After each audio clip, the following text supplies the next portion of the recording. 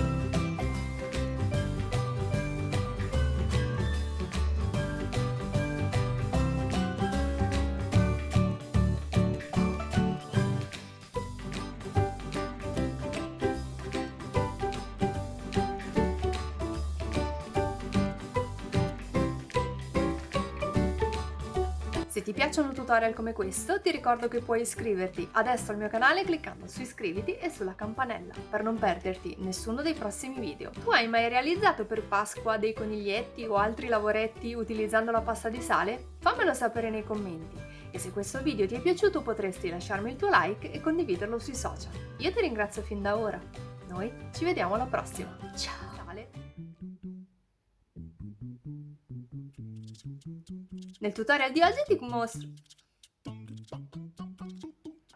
Nel tutorial di oggi ti mostro come creare dei coniglietti decorativi per Pasqua.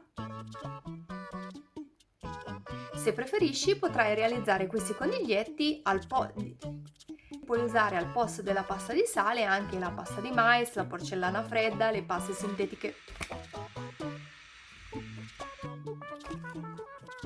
Per realizzare questi coniglietti